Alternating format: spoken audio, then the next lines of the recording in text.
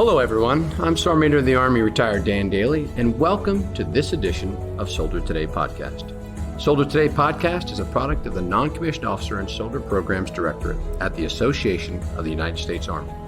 Soldier Today subjects focus on those topics that are relevant and needed by our soldiers and their families serving the regular Army, the Army National Guard, and the Army Reserve. Our newest discussion topic today covers a broad range of hot topics that are on the minds of our soldiers and leaders every day. The hot topics include updates on our merit-based NCO promotion systems, This Is My Squad initiative, Soldiers Barracks, the ACFT, AGSU, and spouse feedback. Each of these hot topics have been in the news and continue to evolve and move forward. All of these subjects directly impact soldiers and leaders as our Army continues to improve. So these are great subjects to discuss, and the best person to have the discussion with here in our studio today is our Sergeant Major of the Army, Sergeant Major of the Army, Michael Grinston. Sergeant Major, welcome. Yeah, it's really great to be here. And I can say Dan. That's right. That's kind of nice. Yeah. That's all. So, and you always do the SMA to me. But it's an honor and privilege to be here with you today. Well, it's great to have you. And it's great to have you and the team here today at the Association of the United States Army headquarters. And I know I look forward, just like the soldiers do, to hear updates from you today. So let's dig right in, if you don't mind, Sergeant Major, sure. And we'll dig into some questions here. So I thought today we'd start with the subject of merit-based promotions for our senior non-commissioned officers. This initiative started this past year, and we have since moved through the first promotion board. And what has the Army learned from the most recent Sergeant Major evaluation OML? Yeah, we learned a lot. It depends on what part of the brain you want to use. You want to use logic or emotion. It became very emotional. And it's for all the right reasons. It's what we should have done for a long time. We got a merit-based promotion list. That's what we were doing, where it was, what we weren't doing it by merit. It was by time and service, time and grade, and you figure that out. And I think everybody, has kind of come on board and agreed with that. But then when we did the first list, we looked at Master Sergeant promotables all the way to Brigade CSMs.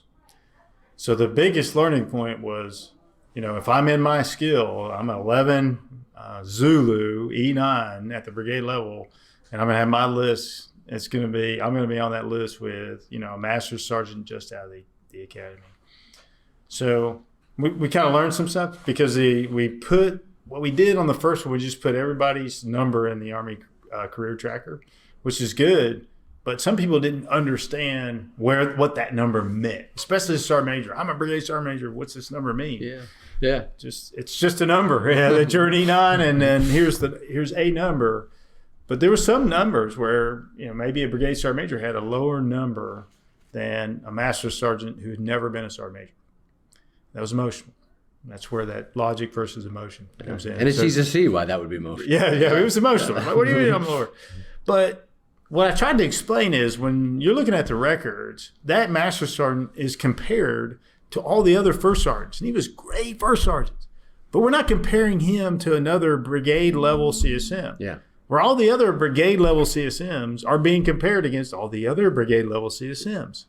So when you read that NCOR, it may say, number 3 of 6 brigade level CSMs, but you're still a brigade level CSM and you're really good. You're really talented. And some of them may be on the nom list or come out on that later.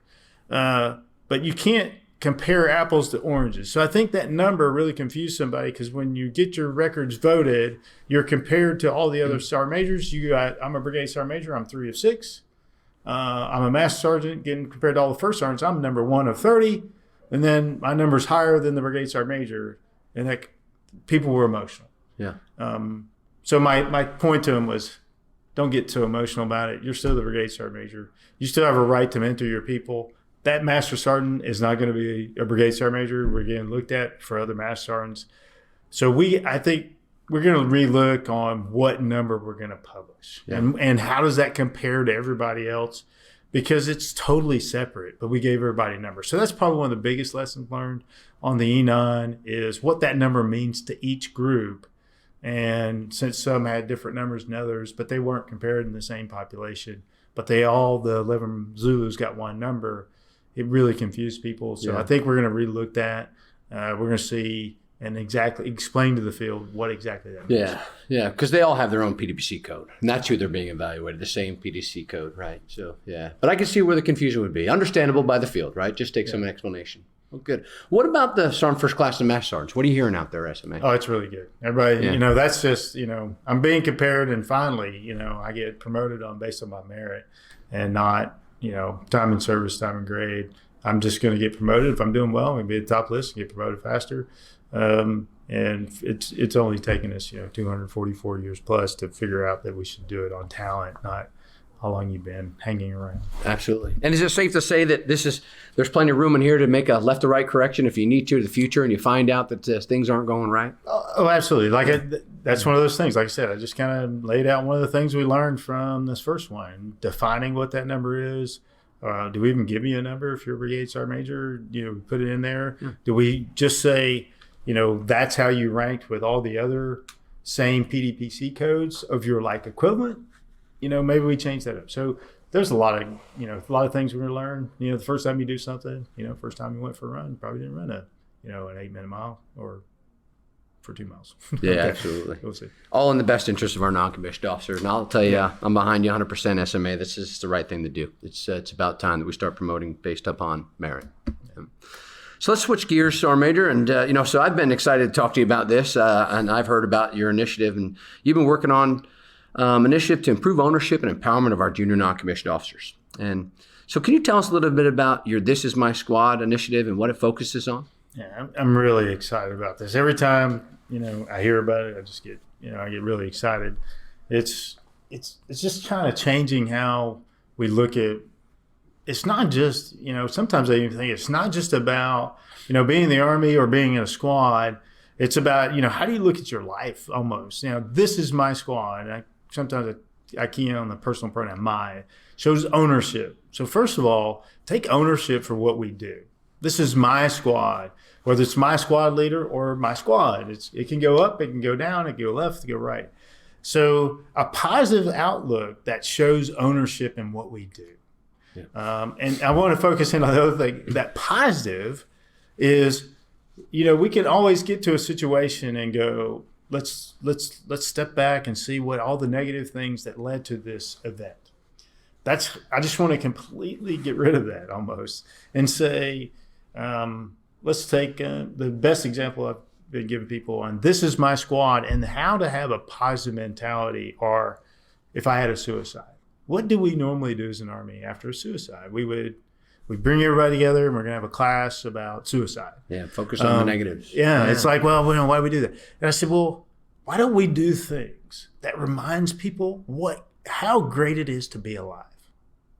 That's the positive attitude. That's right. Let's go bowling. Let's go play golf if that's something you love to do. What makes it where you wake up in that day and say, I love being in the Army?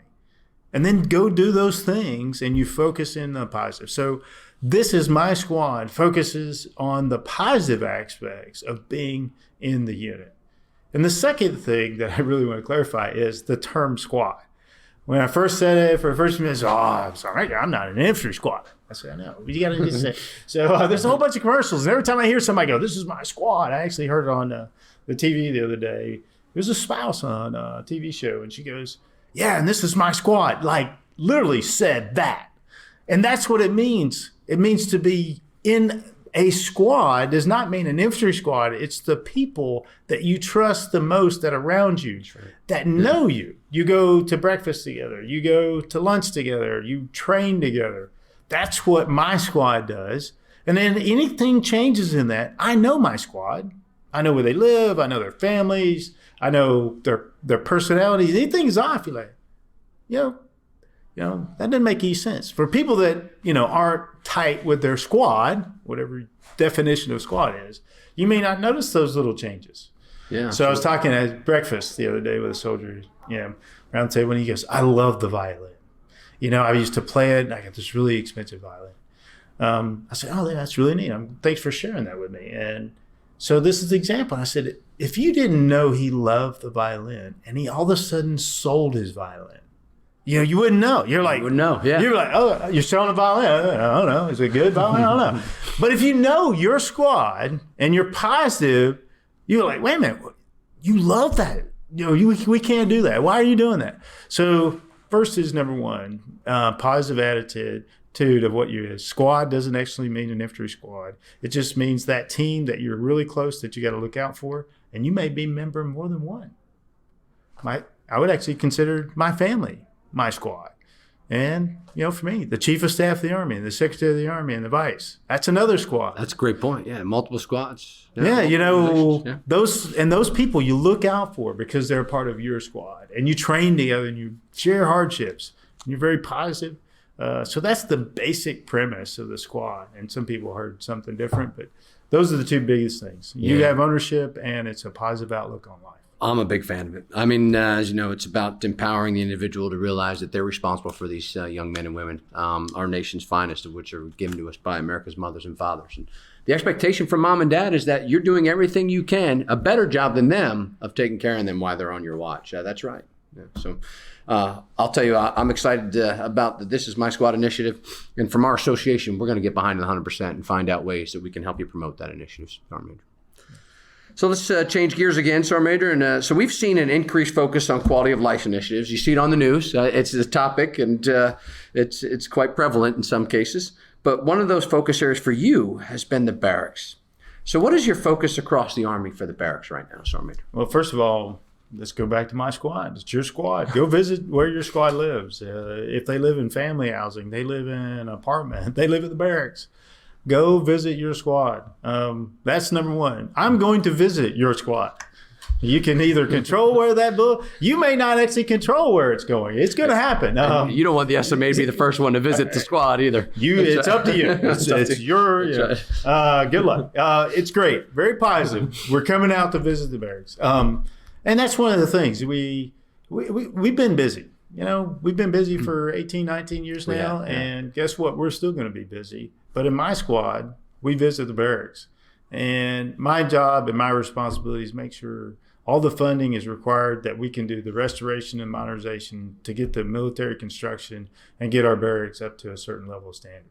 So that's one of the reasons I want to go and make sure, do we have the funding and the funding streams? Are we going to the right spot?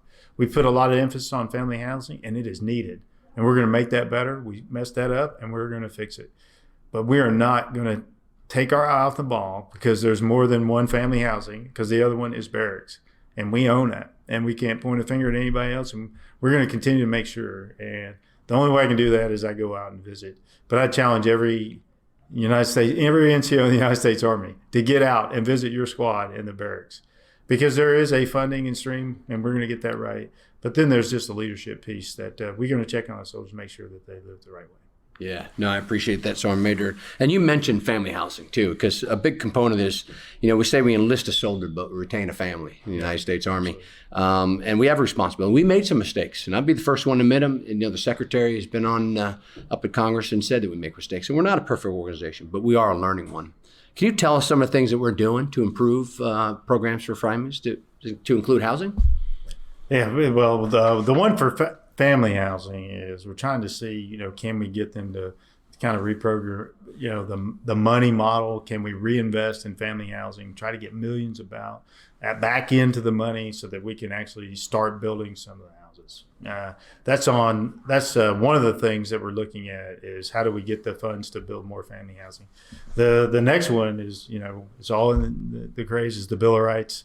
Is as a tenant, what are my rights as a tenant? Right. So we're still working on the Bill of Rights. I've kind of seen some drafts, and what does it mean to be a tenant in family housing on a military or federal installation, not on where it's leased housing?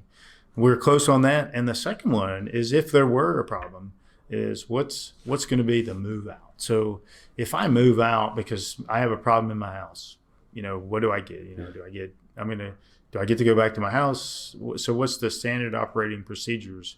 If there were an issue in my house, do I go to a hotel? What kind of hotel? Do I get money? Yeah. Where's that money coming from? So just have a standard, because without a standard, one location, they do great. Another location, I get this. So what is that? So we're working, it's going through the headquarters right now on what the standard operating procedures are if you have a long-term need in your house where I'm going to have to fix something that's going to take a minute.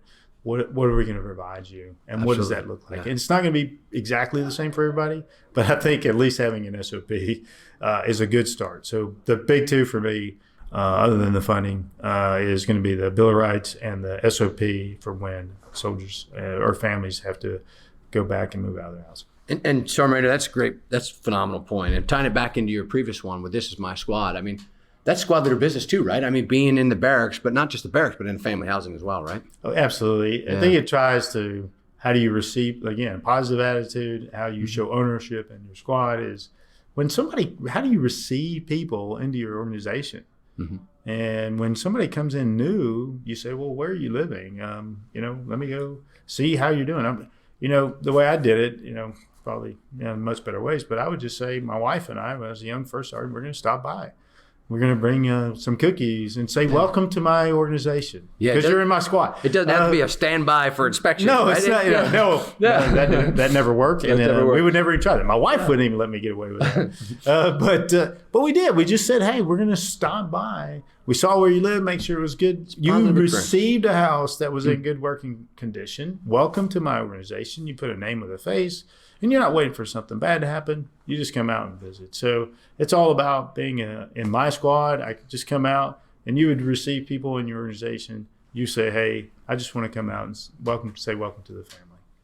Yeah, thank you. I appreciate that, SMA, and that's important. Leadership is it's about everything in the Army. That's where it ends and begins. So let's switch to another topic, Sergeant Major, that I know that every soldier, young and old, enlisted officer, warrant officer in the United States Army has been focused on for some time, and I guarantee is focused on in the future, and that's the ACFT.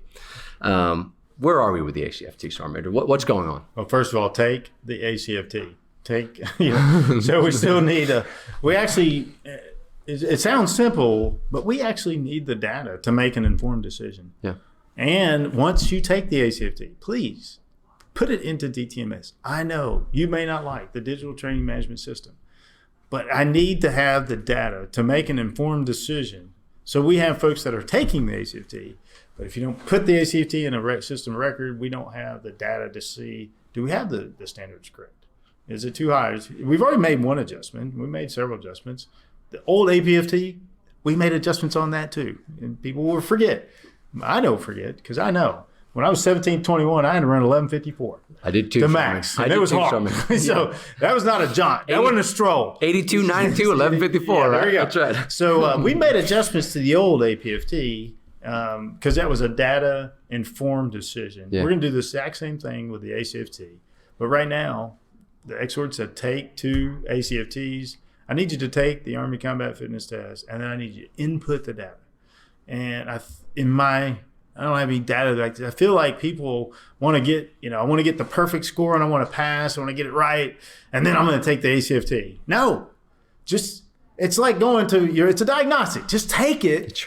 It's like going to basic right? training. I mean, it's a free year. It's like when you go to basic training. We don't ask you, you're going to take the APFT. We just give you the APFT. You may score 0. Yeah. And then at the end, you just go to 180. That's what it used to be. But without taking the ACFT, we don't know where we need to go. And that's the biggest one right now. It's on everybody's mind. We see people, we're really changing the culture on this.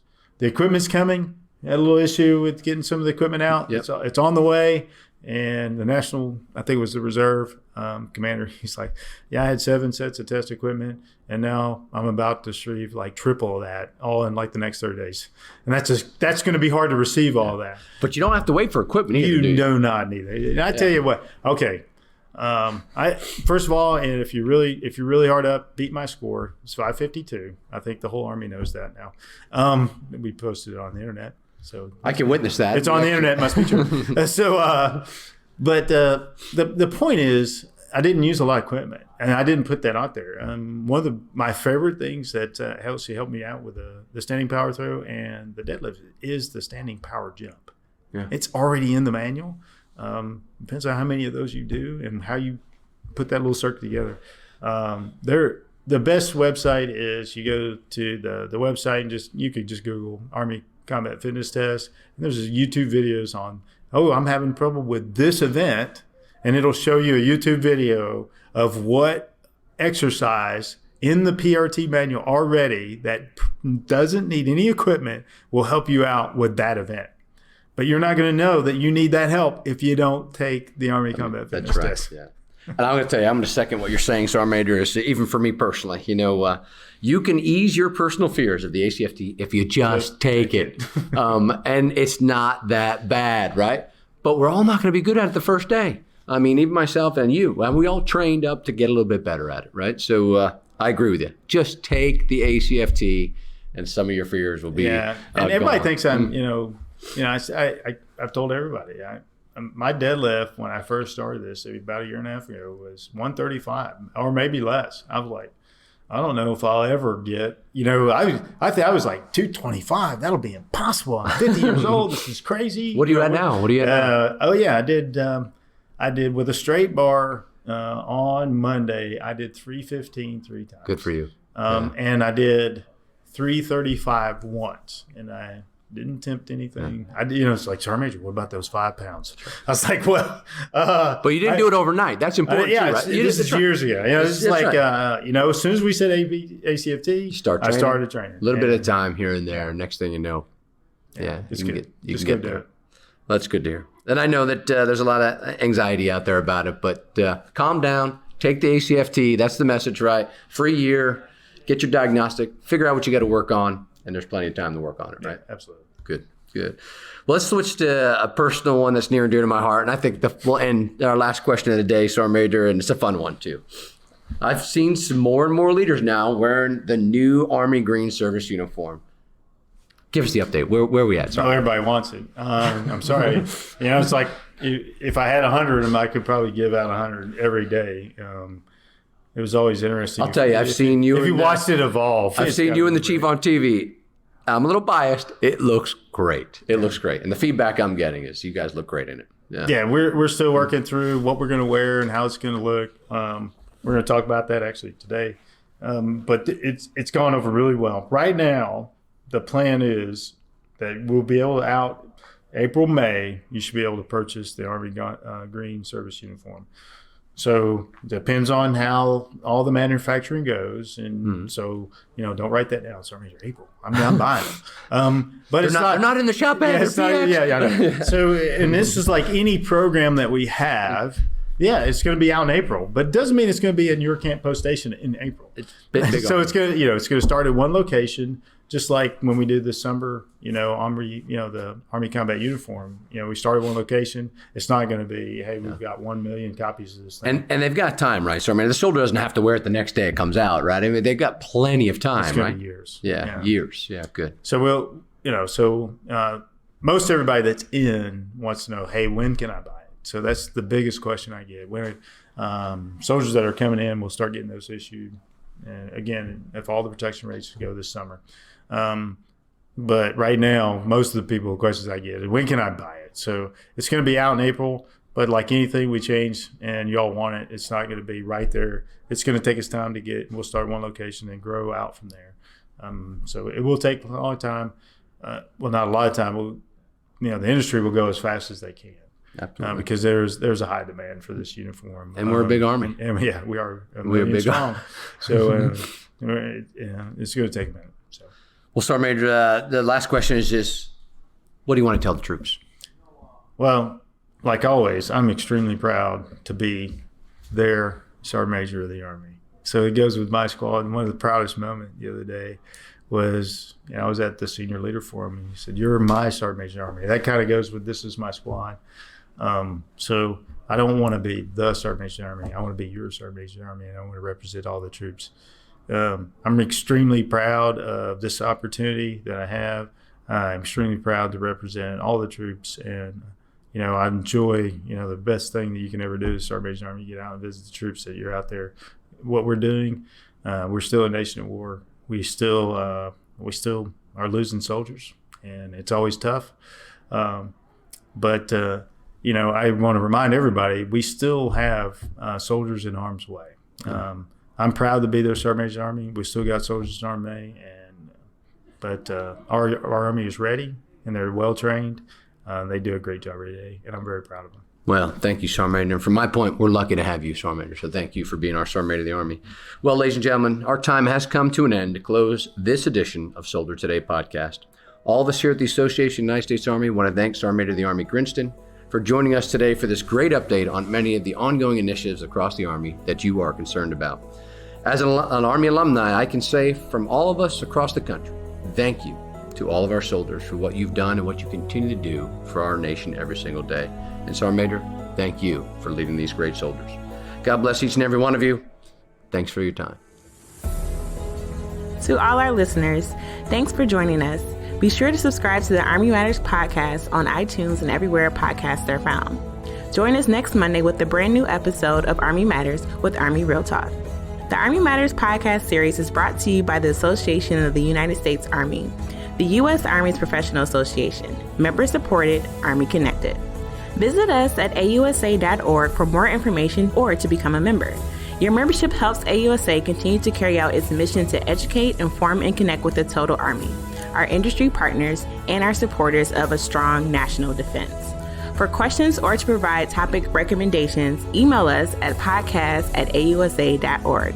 Have a great Army Day. Hua.